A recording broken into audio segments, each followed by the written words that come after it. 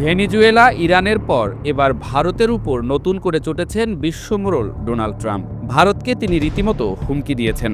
নরেন্দ্র মোদীকে তিনি ভালো মানুষ উল্লেখ করলেও স্পষ্ট করে বলেছেন তিনি জানেন আমি ভারতের উপর সন্তুষ্ট নই। ভারতের জন্য বড় ধরনের দুঃসংবাদের ইঙ্গিত দেন ট্রাম্প।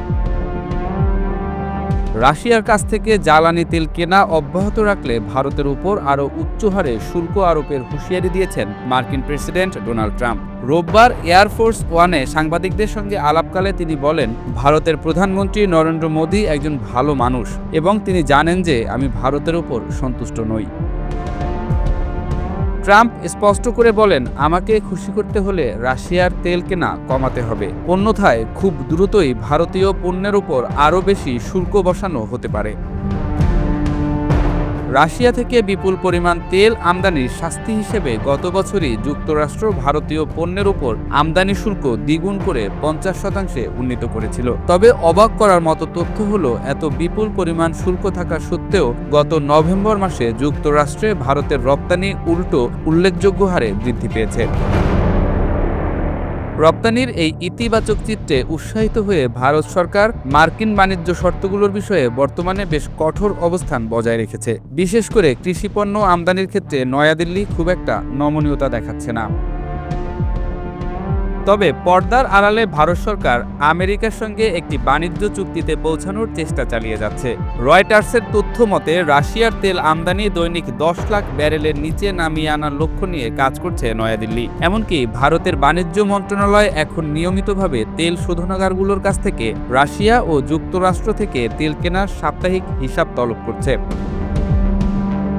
ট্রাম্পের শুল্ক আরোপের পর থেকে প্রধানমন্ত্রী মোদী অন্তত 3 বার তার সঙ্গে ফোনে কথা বললেও এখন পর্যন্ত কোনো চূড়ান্ত সমাধানে পৌঁছানো সম্ভব হয়নি। গত মাসে দিল্লিতে দুই দেশের উচ্চপদস্থ কর্মকর্তাদের মধ্যে দ্বিপাক্ষিক বাণিজ্য নিয়ে আলোচনা হলেও উত্তেজনার পারদ এখনো কমেনি। সবশেষ ট্রাম্পের হুমকি ভারতকে নতুন করে ভাবিয়ে তুলেছে। সোমবার সাংবাদিকদের সঙ্গে কথা বলার সময় তিনি হুঁশিয়ারি দেন। ট্রাম্প বলেন, রাশিয়ার তেল ইস্যুতে তারা সহযোগিতা না করলে আমরা ভারতের ওপর শুল্ক বাড়াতে পারি।